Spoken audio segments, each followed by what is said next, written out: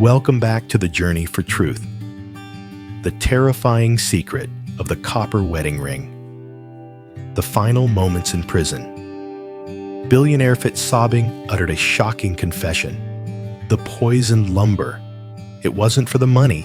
It was for Diep's ring. The enemy's true goal was to turn baby Ange into an eternal hostage.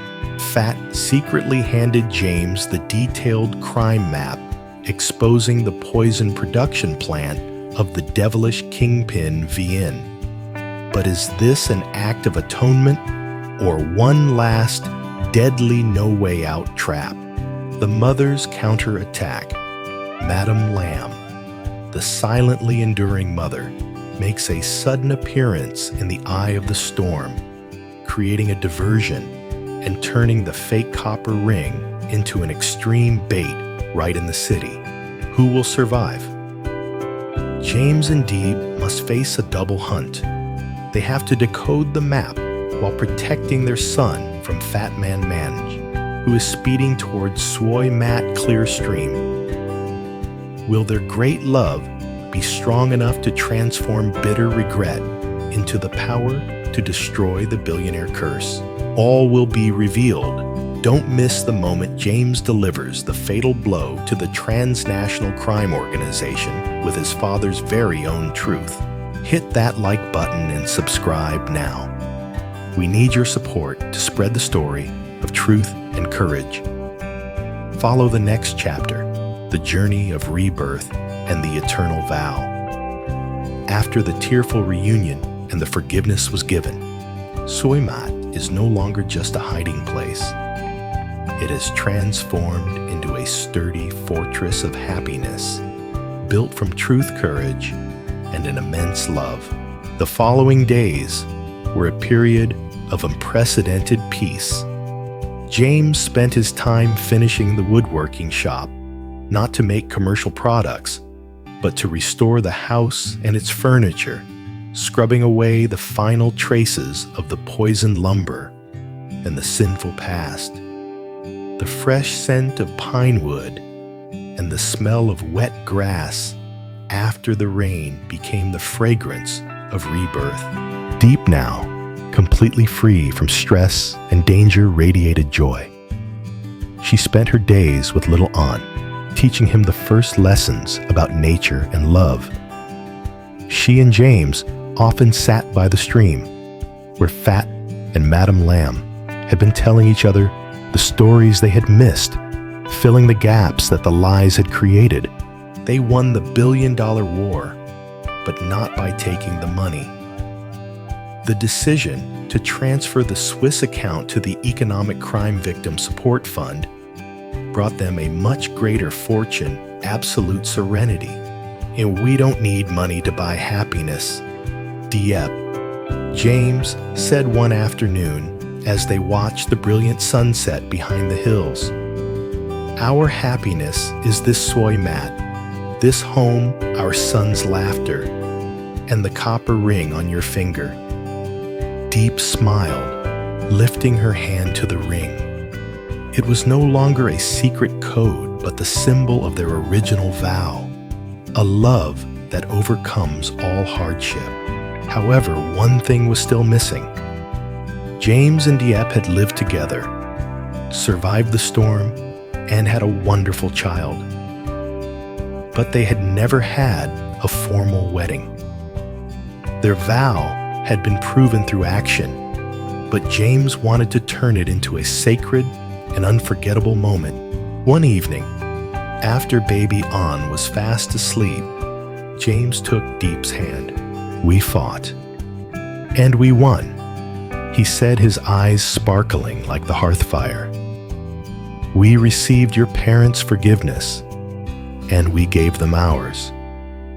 Now, it's time for us to give ourselves an eternal moment. He knelt down, this time, not in despair or under duress, but with complete faith and love. Diep, you accepted me when I had nothing but a complex past and dangerous enemies. You bore our son in this very fortress, You transformed a cursed copper ring into a symbol of salvation. Let me do the right thing. Marry me. Right here, where we found truth and everlasting love. Diep's eyes welled up, but they were tears of pure happiness. Yes, James, I will. I want to be your bride right here where we were reborn. The wedding was decided to be simple and private, but attended by the most important people who had witnessed and helped their journey.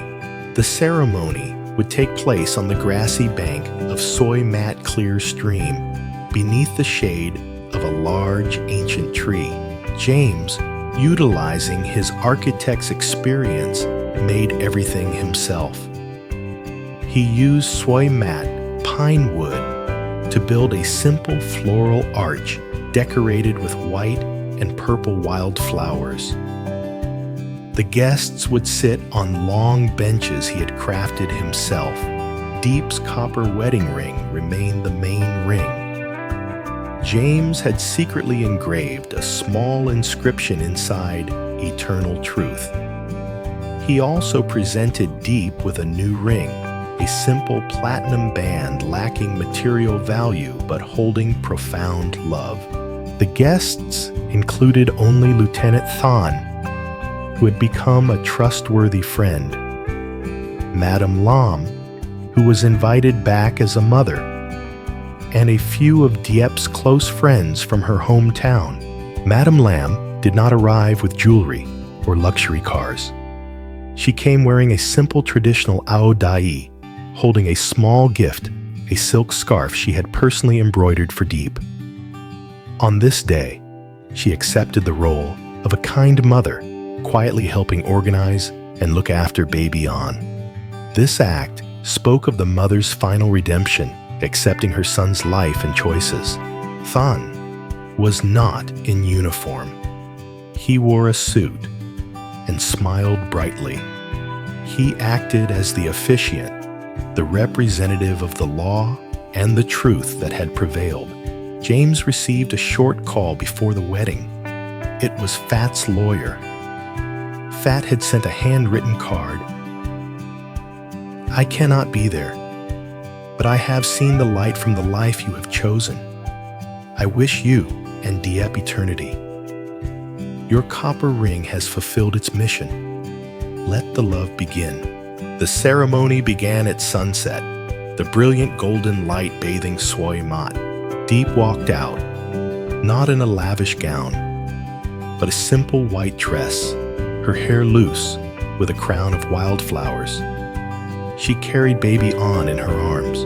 James stood waiting, overcome with emotion. He looked at Diep and his son and saw the entire meaning of his life. Lieutenant Phat began the ceremony with heartfelt words. We are here today to witness the union of two people who defeated not an enemy, but deceit itself.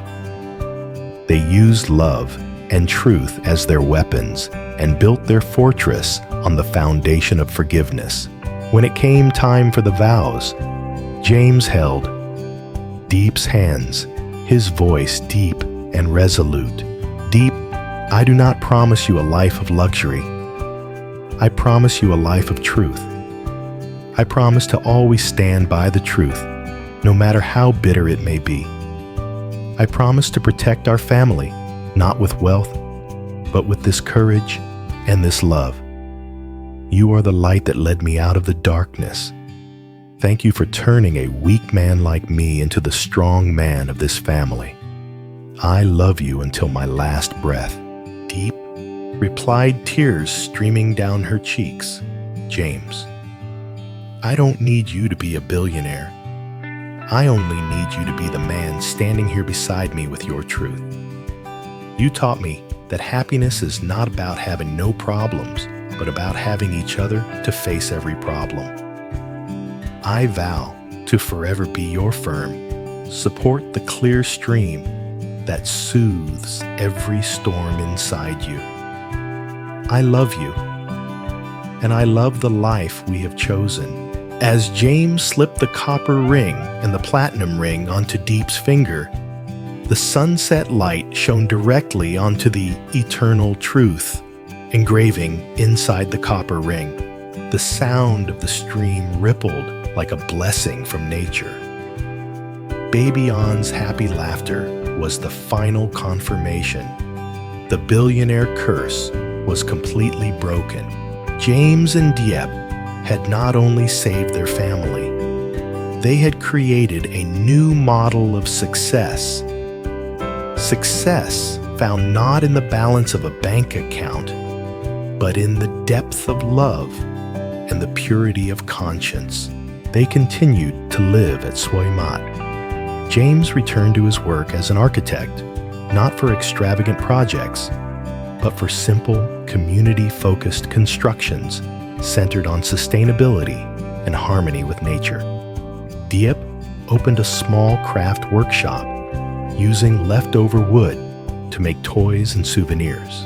Madame Lam visited occasionally now, a true grandmother, telling stories to her grandson and quietly washing vegetables for her daughter-in-law. Her presence no longer carried pressure, only affection. The Swiss account had been transferred, establishing the largest charitable fund in the country's history, aiding countless victims. The fateful copper ring had truly become the weapon that destroyed the darkness, not by unlocking a treasure, but by forcing everyone to face their own truth. James and Diep won. They did not buy peace. They built it with their own hands. The Soi Mat fortress was not a hiding place, but the home of truth, where love was reborn and found its eternity. Their life, solid and clear as the Soi Mat sunlight, was the most beautiful final chapter. After the simple yet eternal wedding by the stream, James and Diep officially stepped into a new era. They had completed the closing of the door to the past. All information files and evidence related to the Phat Corporation and the Swiss account had been fully transferred. James kept his promise. He touched none of the cursed assets.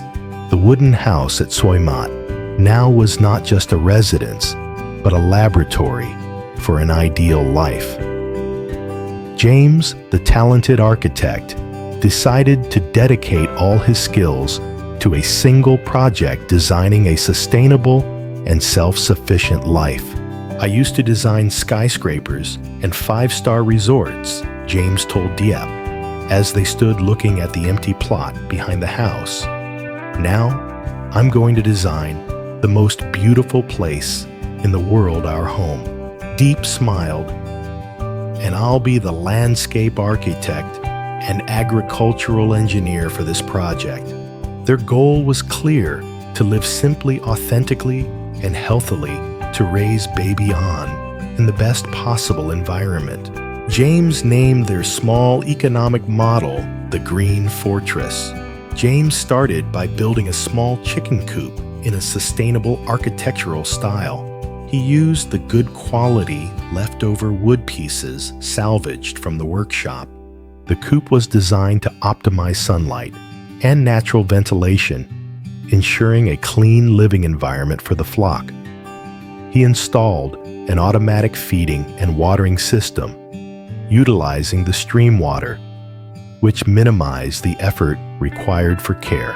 Initially, they bought only 20 local breed hens to provide clean eggs and meat for the family. James, a man previously only familiar with reading complex blueprints, was now meticulously assembling each wooden plank, learning how to mix organic feed from seeds and vegetables grown in the garden. This manual labor brought him a deeper satisfaction than any billion-dollar project. "Every single one of these eggs is worth more than a diamond Diep," he said proudly, placing a warm egg into the basket. It was created by sweat and truth, not by deceit. Diep was in charge of the vegetable area, which she named Soy Mat Farm. She applied natural farming methods, avoiding the use of chemicals. She divided the land into raised beds, utilizing the cool stream water for irrigation. They focused on familiar, easy-to-grow and nutritious vegetables such as mustard greens, tomatoes, okra, and various spices. James designed an on-site organic composting system using chicken waste and fallen leaves. As the first vegetable beds began to thrive, Diep felt a strong connection to the land.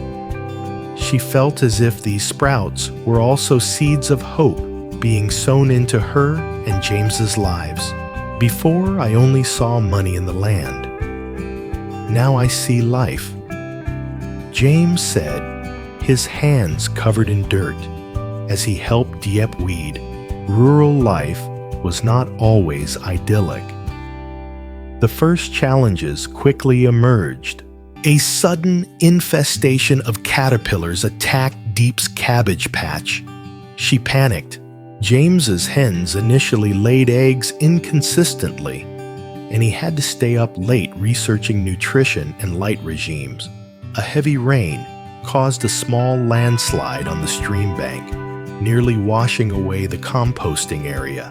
These difficulties made James realize that building a life required patience, meticulousness, and problem-solving skills, no less than running a corporation. Mr. James, how will you solve this? With an emergency board meeting. Diep teased when she saw him frown at the caterpillar-eaten vegetable bed. James laughed, shaking off the stern demeanor of a former CEO. No, I'll solve it with the wisdom of a farmer architect. He designed an improved drip irrigation system to combat erosion and utilized a natural biopesticide made from chili and garlic that Diep learned from the locals.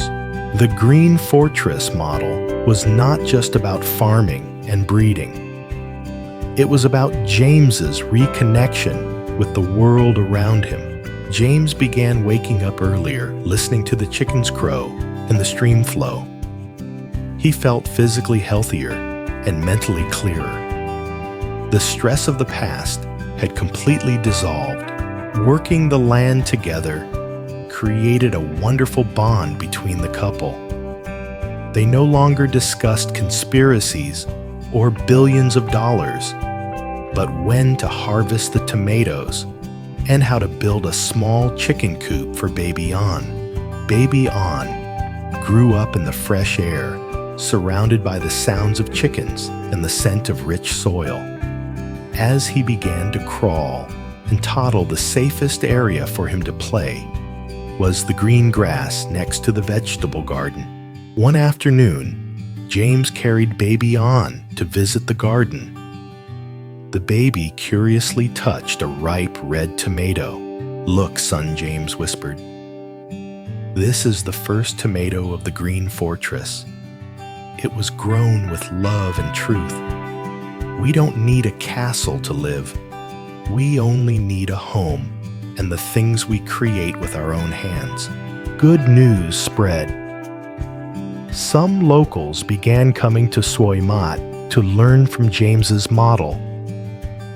They were surprised to see a former billionaire CEO so passionately devoted to farming and gardening. Lieutenant Phat occasionally visited not for an investigation, but to buy clean, fresh eggs and update James on the progress of the Victim Support Fund. Madame Lamb decided to establish a small, non-profit organization using her old network to find markets for the clean, high-quality agricultural products of the poor farmers in the region, using Soy Mat as a model. This was her way of continuing her atonement by supporting her son and Diep in their meaningful work. James and Diep realized that even in this small life, they were creating a greater positive impact than a corporation ever could. They had transformed the soy mat fortress into a community of truth and belief. James's life was not an end, but a brilliant new beginning. He had found a simple yet profound truth. The true value of life is not the assets we accumulate, but the quality of the life we build. And under the warm sunlight of soy mat, along with the sound of crowing roosters and the aroma of earth, eternal happiness took root.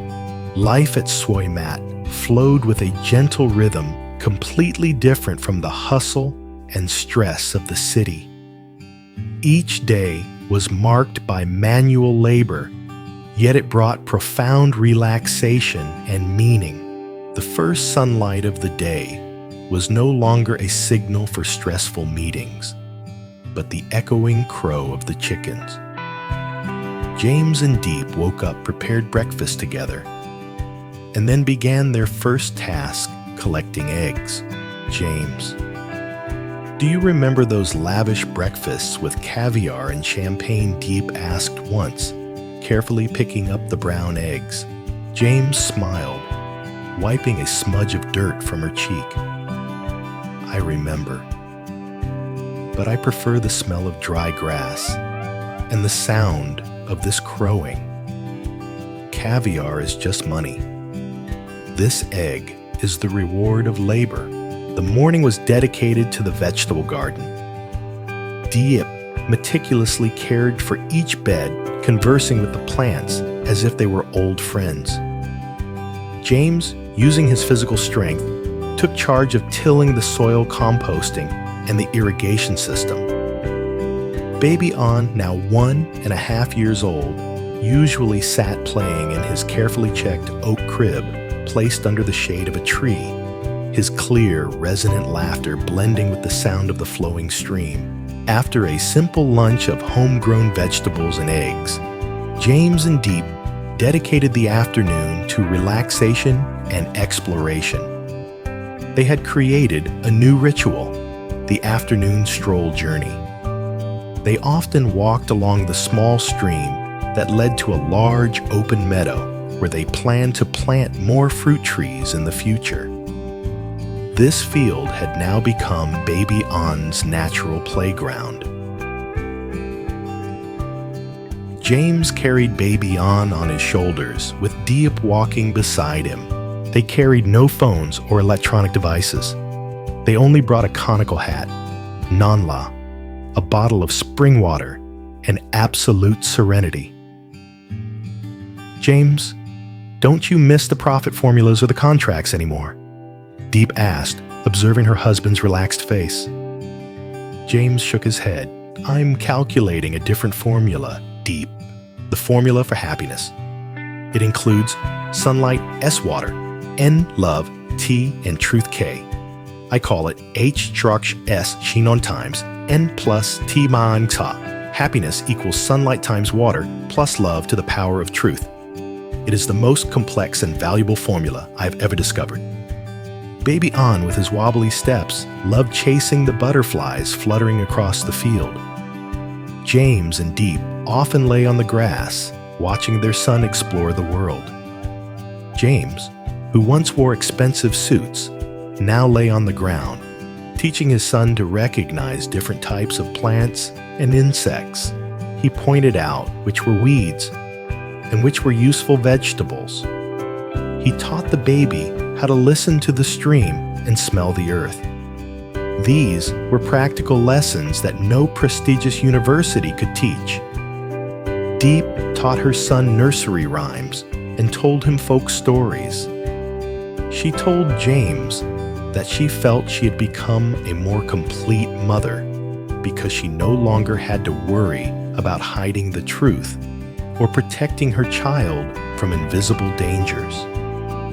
When they reached the end of the meadow, they often stopped beside a flat rock. James and Diep would sit there looking back toward the wooden house nestled in the woods. Diep still wore the copper wedding ring on her hand. It had lost the shine of expensive metal, but was covered by a layer of time-worn patina, highlighting the small engraving, Eternal Truth. This ring has passed through so many events, James Diep said, gently turning the ring. It once contained a billion-dollar account, a curse, and a crime map. Now it only holds our vow. And it proves one thing, my love, James continued. Money is only a tool. Great love transformed that tool into the power to destroy the darkness. We were never manipulated by that curse. Our choices alone determined our destiny. Phat's regret had become evidence, Madame Lamb's sacrifice had become a shield, and James and Diep's love had become the weapon. Everything was now behind them, leaving only the tranquility of the present. The simple farm life had taught James and Diep the lesson of sufficiency. They did not need an empire to succeed. They had a happy and healthy family. They did not need extravagant parties.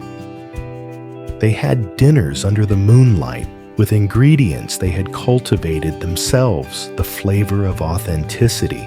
Occasionally, James still received calls from Lieutenant Thon or Madame Lamb.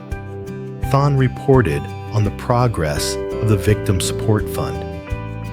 Madame Lamb shared the growth of the Clean Agricultural Produce Support Network. Every call affirmed that their actions were not a relinquishment, but the start of a humanitarian legacy.